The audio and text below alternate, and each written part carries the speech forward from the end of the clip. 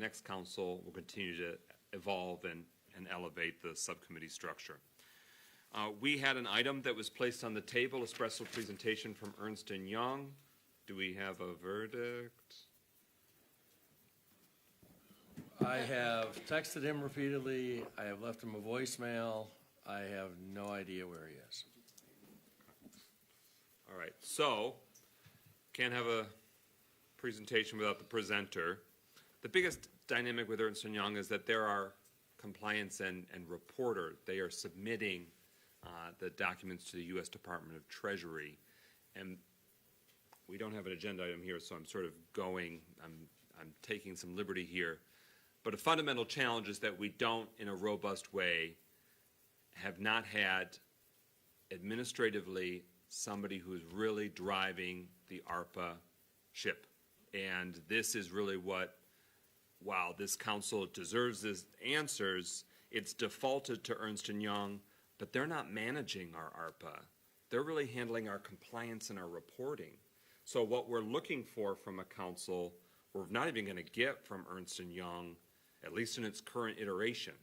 There were other structures proposed over the years, but it did not manifest in a way that, to my satisfaction, felt like ARPA was fully and robustly being managed and administered. So it's part of, I think, the challenges that have brought us here today. And so that'll be the challenge for the new administration and council to move quick, super quick, to get something more proactive, organized, and project managing, both broadly for ARPA, but then also all the moving parts. Because it kind of just got dumped into all the existing staffing structures and department structures to varying degrees of familiarity. Usually no one would have degrees of familiarity with ARPA because it's so new and unique.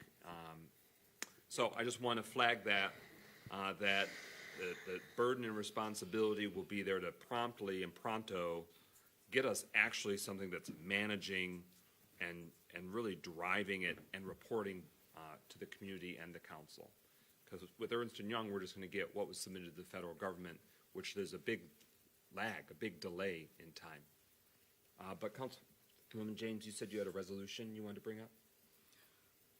Yeah, because I think that council voted to approve the contract for Ernst & Young, and it was understood that they would make reports to council on a monthly basis.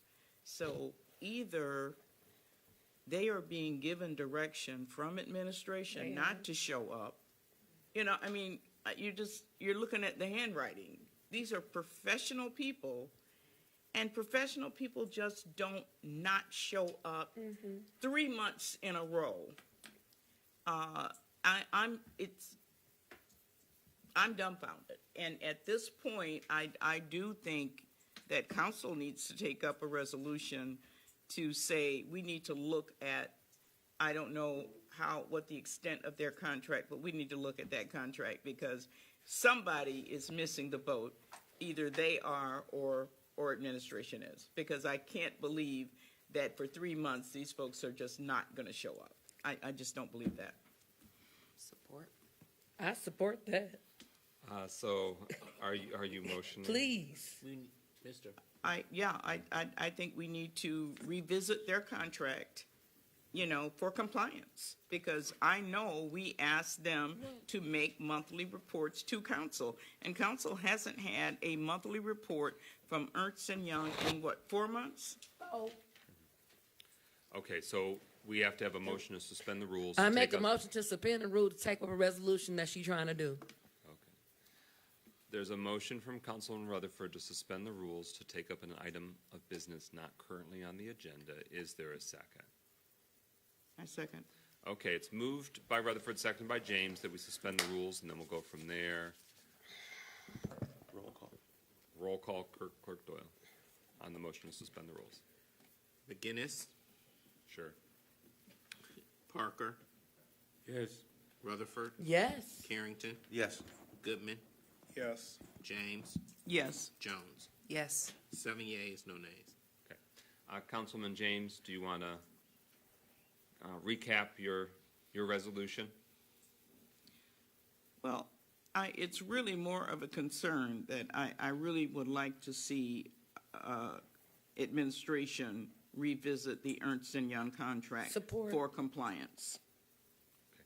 So Councilwoman James, if I've captured it correctly, a resolution that reads, "Be it hereby resolved, council requests a review and determination of compliance with the tenets of the City of Pontiac's contract with Ernst & Young regarding American Rescue Plan Act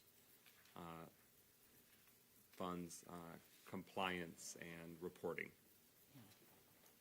That's Councilwoman James's So motion. moved. Okay.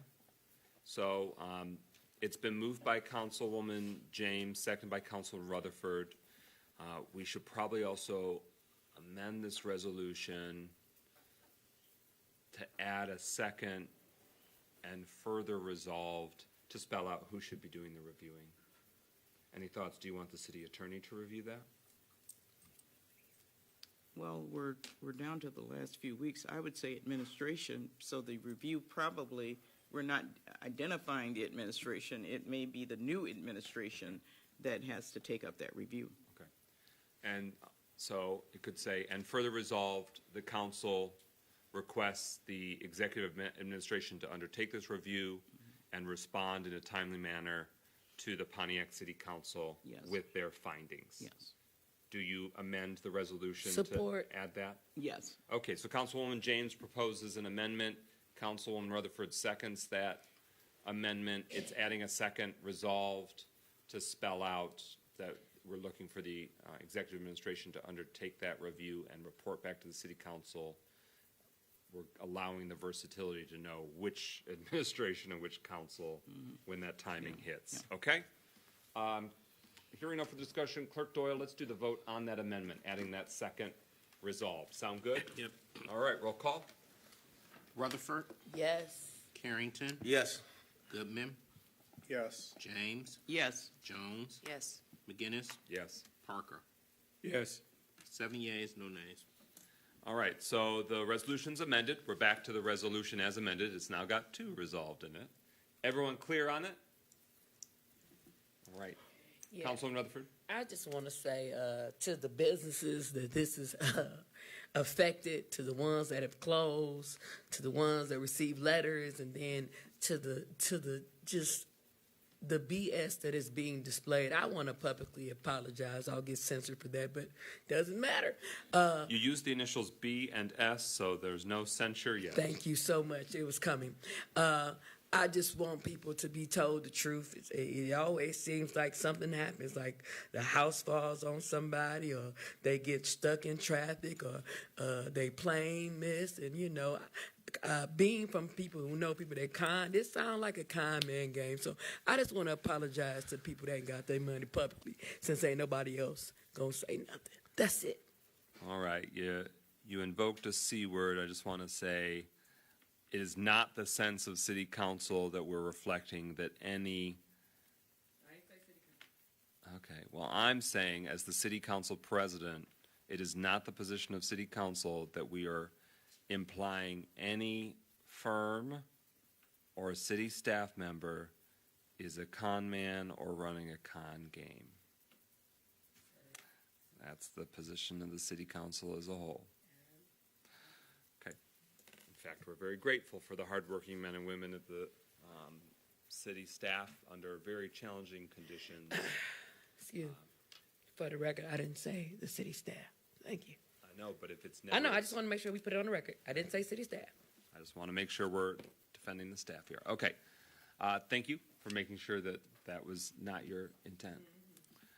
All right. Where are we at? We're at a resolution. It's been amended. Any other discussion on the resolution? Councilwoman Jones. I've also received a number of emails, phone calls, etc., relating to specifically the small business grants, workforce development, literacy, and child care grants. The programs that I would say the public were most excited about under the scope of ARPA, especially those business owners. And I also have to transparently say many of these questions, I have not been in a position to answer definitively, confidently. And most of it stems from the lack of reporting, consistent reporting on ARPA matters, both past and upcoming, because there are equal amount of questions on the other side, too, for things that are coming before us. This would be the time to start those conversations, to start, and, they're ongoing, but to start really looking at these projects that are going to hit the ground running in spring, and without a consistent update or a consistent presence from those who are monitoring our compliance with this time-sensitive grant, it puts, me personally in a very uncomfortable position. So I just wanted to take this moment to address and identify everyone that this has impacted and to extend my apologies. Further discussion on the resolution? Hearing nothing further, roll call and adoption. Clerk Doyle? Parker, Yes. Rutherford. Carrington, Yes. Goodman, Yes. James, Yes. Jones, Yes. McGinnis. Yes. 7 yeas, no nays. Okay. That motion carries. The resolution is adopted. We're returning to regular order.